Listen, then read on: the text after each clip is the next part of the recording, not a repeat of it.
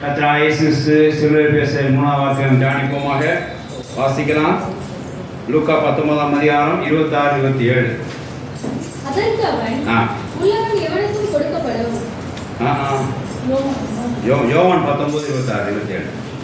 அப்பொழுது இயேசு தம்முடைய தாயை அருகே நின்று தமக்கு அன்பான இந்த சீஷரையும் கண்டு தம்முடைய தாயை நோக்கி, ஸ்திரீயே, அதோ உன் மகன் என்றார். ஸ்திரீயே, இதோ அதோ மகன். பின்பு அந்த சீஷரை நோக்கி, அதோ உன் தாய் என்றார். அதோ உன் தாய் என்றார். முதல் அந்த சீஷன் அவளை தன்னிடமாய் ஏற்றுக்கொண்டார். தேவனுக்கு ஸ்தோத்திரம் உண்டாதாக. இங்கே கர்த்தராகிய இயேசு சிலுவையில் தொங்கின போது கூட ஒரு குடும்ப பராமரிப்பு இருந்ததை நாம் பார்க்கிறோம். தேவனுக்கு ஸ்தோத்திரம் உண்டாதாக. குடும்ப காரியங்களை தலையிட்டு அதை சரி செய்து ஒரு சாட்சியாக வைக்க முடியாத கர்த்தர் செய்ததை பார்க்கிறோம். நாம் தேசத்தில் செய்கிறோம், ஊழியம் செய்கிறோம், வேலை செய்கிறோம், கடினமாக வேலை செய்கிற சில குடும்பத்தை விட்டு விடுகிறோம். விட்டு விடுறோம்னா குடும்பத்தை கவனியாமல் இருக்கிறோம். ஆனாலும் கர்த்தர் ஒரு காரியத்தை நீங்கள் அழுத்தி காண்பிக்கிறார். தன்னுடைய வாழ்வில் நேர்த்து கூட குடும்பத்தை என்ன செய்கிறார்? அங்கே பராமரிக்கிற ஒரு காரியத்தை பார்க்கணும். தேவனுக்கு ஸ்தோத்திரம் உண்டாதாக. அது என்ன தெரியுமா? அந்த 26 முதல் வசனம் வாசித்து பாருங்க. அது ஏன் அப்படின்னா, மற்ற சீஷர்கள் யாரும் அவர் மேலே எங்கே கபாலஸ்தலத்துக்கு ஒரு வரவில்லை. ஒருத்தர் ராத்திரியே எஸ்கேப்பு, எங்கே நீதிமன்றத்துக்கு போகும்போதே எஸ்கேப்பு, அடுத்த கைது போனது இன்னொருத்தர் எஸ்கேப்பு, பிரதானாசிரியர் போய் இன்னொருத்தர், இப்படியே மாறி மாறி கடைசியில் பண்ணிட்டாங்க. ஒருத்தர் தான் என்ன செஞ்சார்? ஒருத்தர் முதலே காட்டி கொடுத்து முதலே எஸ்கேப்பு யூதாஸ். மிச்சம் 11 அப்படியே பயந்து போய் அப்படியே உள்ளே போயிடுச்சு. ஒருத்தர் தான் என்ன செஞ்சார்? எங்கே வரைக்கும் வந்தார்? அந்த என்ட்ரன்ஸ் கபாலஸ் வரைக்கும் வந்தார். அதை அந்த வசனம் மறுபடியும் வாசித்து பாருங்க. 26 ஆரம்பம்.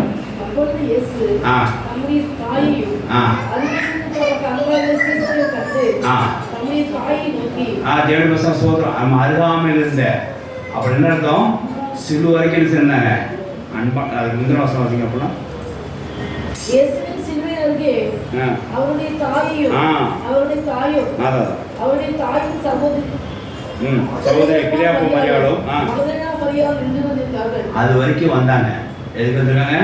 சில்லு வரைக்கும், அந்த டெட் எண்ட் வரைக்கும் அவர் வந்தார். அவர் கூட அறிவிக்கிற அந்த அன்பான சீஷனும் இருந்தார் பாருங்க. அப்போ அந்த தாயும் என்ன செய்யலை? விட்டு விடலை. அந்த மகன் இப்படி இருக்கிறாரே, அவர் சில பசு தாவே உண்டார். அந்த மகன் இப்படி வேதனைப்படுகிறான்னு சொல்லி கடைசி வரைக்கும் வந்தார். அந்த ஏசஸ் பார்த்தார், நம்மளோட ஃபேமிலி செக்டரை பார்த்தார். தாயை என்ன பார்த்தார்? பசு தாவினால என்னை உண்டாக்குன விழுந்தனை நம்ம அப்படி நினச்சி கூட அம்போன்னு விட்டு விடக்கூடாது, கைவிடக்கூடாது. தன்னை நம்பி எது வரைக்கும் வந்திருக்காங்க? கபாலஸ்தலம் வரைக்கும் வந்திருக்காங்க. தேவனுக்கு ஸ்தோத்திரம் உண்டாக. நீங்கள் தேவனை நம்பி எந்த இடத்துக்கு நெருங்கி போறீங்களோ அந்த இடம் வரைக்கும் தொடர்ந்து உங்களுக்கு என்ன உண்டாகும்? பராமரிப்பு கொடுக்கப்படும். ஹல்லேலூயா. தேவனத்தை நம்பி நீங்கள் வர வர வர உங்களுக்கு என்ன உண்டாகும்? பராமரிப்பு உண்டாகும், ஒரு மெயின்டெனன்ஸ் உண்டாகும், ஒரு கார்டு உண்டாகும், ஒரு பாதுகாப்பு உண்டாகும். இங்கே தாய் பெற்றெடுத்த பிள்ளையை கடைசி வரைக்கும் என்ன நடக்குன்னு பார்க்க முடியாது கூட இருந்தார். அதை கூட இந்த தாயை கத்தை என்ன செய்யலை? ஏமாற்றவில்லை. என்ன செய்தார்? தம்முடைய அன்பான சீசன், அந்த அன்பான சீசன் எப்படி கண்டுகொண்டார்? அவர் உன் கூட நிற்கிறான் பாரு. என் தாய் கூட நிற்கிறவன் கடைசி வரைக்கும் கண்டிப்பாக நிற்பான். என் கூட நிற்கிறவன் என் தாய் கூட நிற்கிறான், கண்டிப்பாக நிற்பான். அவனை தான் அன்பான சீசனுங்கிறத சொன்னான். இது வரைக்கும் மேலே வந்துட்டு, ஐயா அவன் எங்கள் அம்மா பார்த்துக்கோ அப்படின்னு சொன்னான். அவன் உடனே என்ன செஞ்சான்? ஏற்றுக்கொண்டா. ஹல்லேலூயா.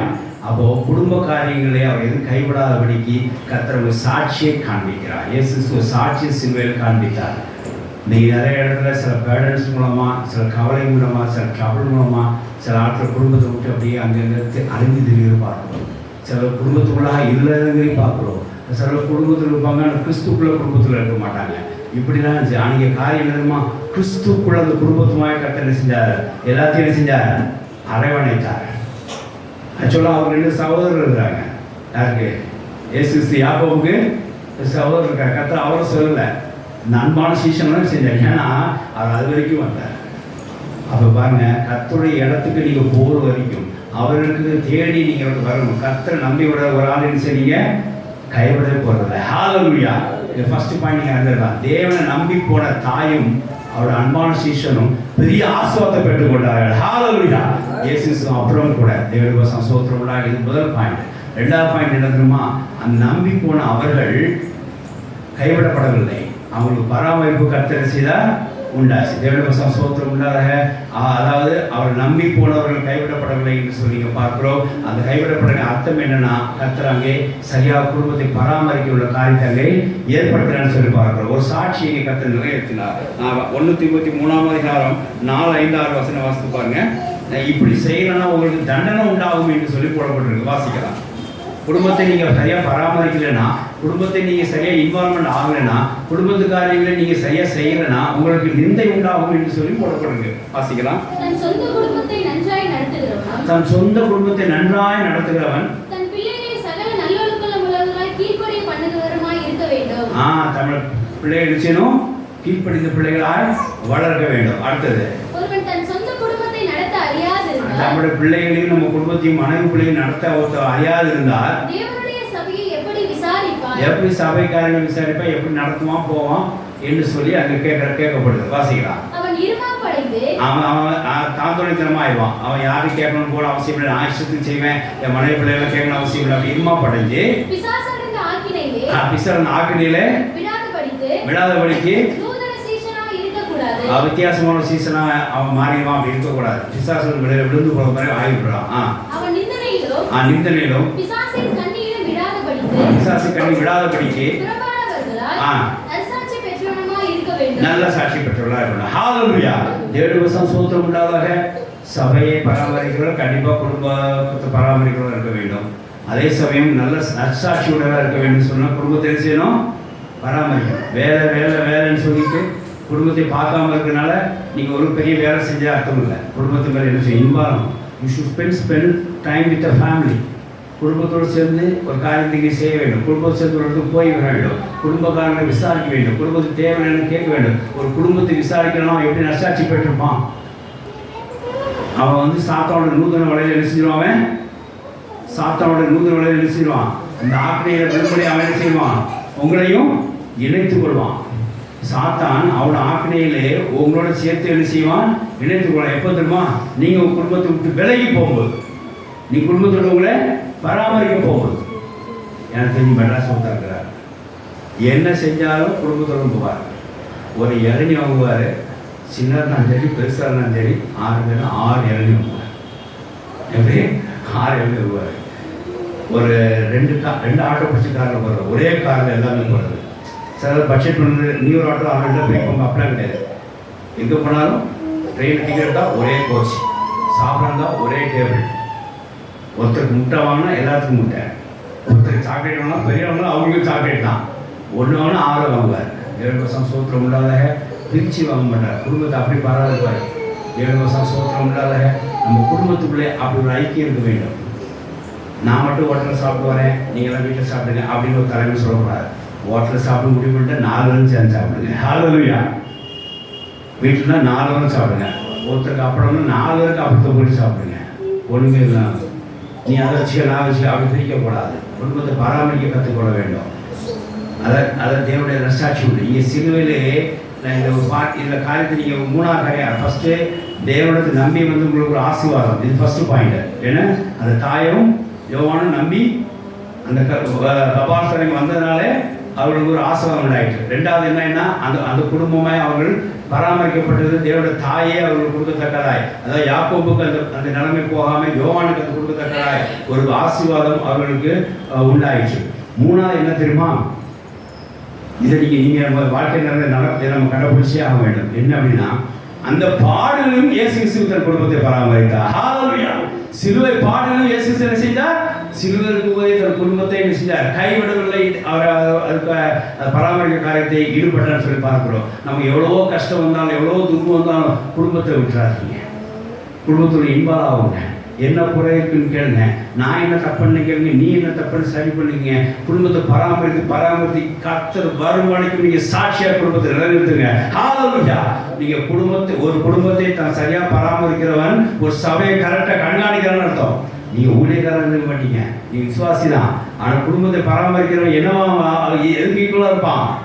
ஒரு சபையை கண்காணிக்கிறதுக்கு ஈக்குவலாக இருப்பான்னு சொல்லி வேதாந்த பார்க்கிறோம். தேவ சோத்திரம்னால. ஆகையினால இந்த 3 காரையும் ஞாபகம் வச்சுக்கோங்க.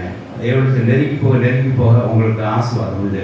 தேவனத்தை நெருங்கி போக உங்களுக்கு பராமரிப்பு உண்டு. தேவனத்தை நெருங்கி வர உங்களுக்கு ஆசீர்வாதம். யாக்கோபுக்கு கிடைக்கிற ஆசீர்வாதம் யோவானுக்கு கிடைத்தது. கர்த்தருக்கு ஸ்தோத்திரம் உண்டாதாக. மூணாவது காரியம் அங்கே என்ன உண்டாயிட்டுன்னா, பாடுகள் மத்தியிலும் நீங்கள் செய்ய வேண்டும், குடும்பத்தை பராமரிக்க வேண்டும். ஏம்மா நான் ரொம்ப வேலை இன்னைக்கு விட்டுருமா என்ன அப்படின்னு சொல்லாதீங்க. காலையிலேருந்து கஷ்டப்பட்ட நீ விட்டுரு, காலையில் நீ சமைக்கிற மதியம் நீ சமை. அந்த பாடுகள் மத்தியும் நீ செய்யுங்க. நான் நிறைய பேர் பார்த்துருக்கேன், எவ்வளோ லேடிஸ் காலை 7 மணிக்கெலாம் சமைச்சு போயிட்டு அவங்க வேலையை பார்த்து முடிச்சு சாயங்காலம் வந்து மறுபடியும் இன்னொரு சமையல் பண்ணி வீட்டுக்காரன் கொடுத்து திருப்திப்படுத்தி அது 11 மணிக்கு படுத்து மறுபடியும் காலையில் அப்பா சில ஸ்திரிகளை பாடுபடுறதுலாம் பார்க்கவே நிறைய ஆட்களை பார்க்குறேன். நிச்சயமாக சொல்கிறேன், அந்த மாதிரி அவங்க குடும்பத்தை பராமரி ஈடுபடுறது கத்தோடு என்ன உண்டு, ஆசீர்வாதம் உண்டு. ஹல்லேலூயா. தேவனத்தை நெருங்கினவர்கள்லாம் இவ்வளோ பெரிய பாடுகள் படுறதுக்கு பிரயாசப்படுவார்கள். ஆகினாலே இந்த ஃபேமிலி இன்வால்மெண்ட்டை இனிமேல் நீங்கள் அதிகரித்து கொள்ளும். இயேசு கிறிஸ்துவின் பாடுபத்தில் கூட அதை செய்தார். ஆகினாலே நாம் தொடர்ந்து இந்த காரியத்தை செய்வோமாக. அதாவது ஒரு வருஷம் வாசிக்க நேரம் சுருக்கமாக வாசிக்கிறேன். அதாவது ஆதியாகமம் 31 அதிகாரம் 6, 7, 8 எழுதிக்கோங்க, அப்புறம் வாசிக்கலாம். ஆதியாகமம் 31 அதிகாரம் 6, 7, 8 என்ன தெரியுமா? அதாவது ஒரு 7 வருஷம் லேயாளுக்காக யாக்கோபு என்ன செஞ்சார், குடும்பத்தை பராமரிப்பாக வேலை செஞ்சார். 2வது 7 வருஷம் யார் செஞ்சார் தெரியுமா? ராகேலுக்காக செஞ்சார். 3வது ஒரு 7 வருஷம் வேலை பார்த்தார், 6 வருஷம். அது யார் செஞ்சார் தெரியுமா? மாமாவுக்கு செட்டில் பண்ணவும் தனக்கு என்ன செஞ்சாரு, உண்டு பண்ண முடியாது. ஒரு வருஷம் ஒரு சில குறிப்பிட்ட காரியங்களாக என்ன செஞ்சார், ஃபேமிலி இன்வால்மெண்ட்டுக்காக ஒதுக்குனார். ஹல்லேலூயா. தேவனுக்கு ஸ்தோத்திரம். அதனால நீ அங்கேயும் ஓடி சாடியில புருஷன் வேலை பார்க்குற சரி தான், ஆனால் ஃபேமிலி இன்வால்மெண்ட் பண்ணுறதுக்காக நீங்கள் டைம் ஸ்பெண்ட் பண்ணுங்க. அதுக்காக சில வருஷங்களை நீங்கள் என்ன செய்ய பயன்படுத்திக்கொள்ளுங்க. இங்கே யாக்கோபு எத்தனை வருஷம் பண்ணாரு, தனக்காக தன் மனைவிகளுக்காக சொத்து சேர்க்கறதுக்கும் மாமா செட்டில் பண்ணி அந்த பிரச்சனை வெளியே வர்றதுக்கும் எத்தனை வருஷம் செலவழிச்சாரு? 6 வருஷம் பராமரிப்பில் இருந்தார். அந்த குடும்பத்தை பாதுகாத்தார். அதுக்கப்புறம் தான் வெளியே வந்து சொன்னார், ஒரே சாட்சி சொன்னார். என்ன சொன்னார்? போகும்போது வெறுங்கையாக போனேன், வியூவர் பரிமாணம் கூட வந்தேன் அப்படின்னார். 2 டென்ட் போட்டு எனக்கு சரக்கு இருக்கிற வரைக்கும் எனக்கு உண்டாயிட்டு பண்ணேன். 6 வருஷத்துக்கு சம்பாத்தியம் என்ன செஞ்சிச்சு, பெருகிட்டு. எப்படி பெருகிச்சுன்னு வசனம். ஆடு பொழியும் காலத்தை கத்தர் காண்பித்தார். அப்போ ஆடு பொழியும்படியே செய்தார். இவருக்கு கடுமையாக செழிப்பு ஆடு இருந்தது. மாமாவுக்கோ லிமிட்டடாக இருந்தது, இவருக்கோ அன்லிமிட்டட். இப்படி போட்டு 6 வருஷம் என்ன செஞ்சாரு, பயங்கரமான ஒரு செழிப்பு உண்டாயிடுச்சு. இப்படி ஃபேமிலியாக என்ன செஞ்சார், பராமரித்தார். யாரு? யாக்கோபு. தேவனுக்கு ஸ்தோத்திரம் உண்டாதாக. 6 வருஷம் தனக்காக வேலை பார்த்தான்னு சொல்லி பார்க்கிறோம். ஆகையினால தேவப்பிள்ளை இந்த காரியம் இந்த காரியம்லாம் சாட்சியாக வைத்துக்கொண்டு நம் குடும்பத்தில் இன்னும் இன்வால்வ் ஆகுமாக. இன்னும் குடும்பத்துக்காரங்க என்னென்ன விசாரிக்கப்படாமல் இருக்குதோ, குடும்பத்துக்காரங்க என்னென்ன பராமரிக்கிறதுக்கு படாமல் இருக்குதோ அதை காரியம் சரி செய்து தொடர்ந்து நல்ல சாட்சியுள்ள புருஷனாய் சாட்சியுள்ள ஸ்திரியாக வாழத்தக்கதாய் குடும்பத்தை இன்னும் நம்ம பராமரிக்கிறதுக்கு நாம் முயல்வோமாக. அப்படி செய்து தொடர்ந்து இந்த ஆசீர்வாதம் பெற்றுக்கொள்வோமாக.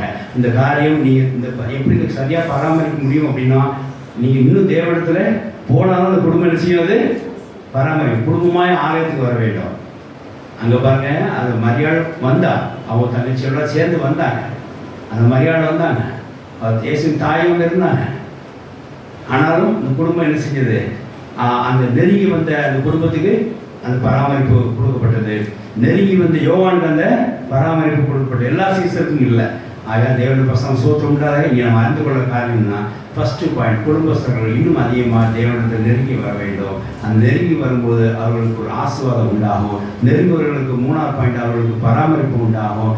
பாடுமத்திலும் நாம் என்ன குடும்பத்தை பராமரிக்கிற ஒரு காரியத்தை எல்லாம் கற்றுக்கொள்கிறோம். இந்த 4 காரியத்தையும் இந்த வேதவாக்கியம் அறிந்து கொள்கிறோம். ஆகிய தொடர்ந்து நம் குடும்பத்தை பராமரித்து இன்னும் தேவனை நெருங்கி குடும்பத்தை பராமரிப்பு பெற்றுக்கொண்டு நாம் தேவாசம் பெற்றுக்கொள்வோமாக கர்த்தர் ஆசைப்படுறேன்.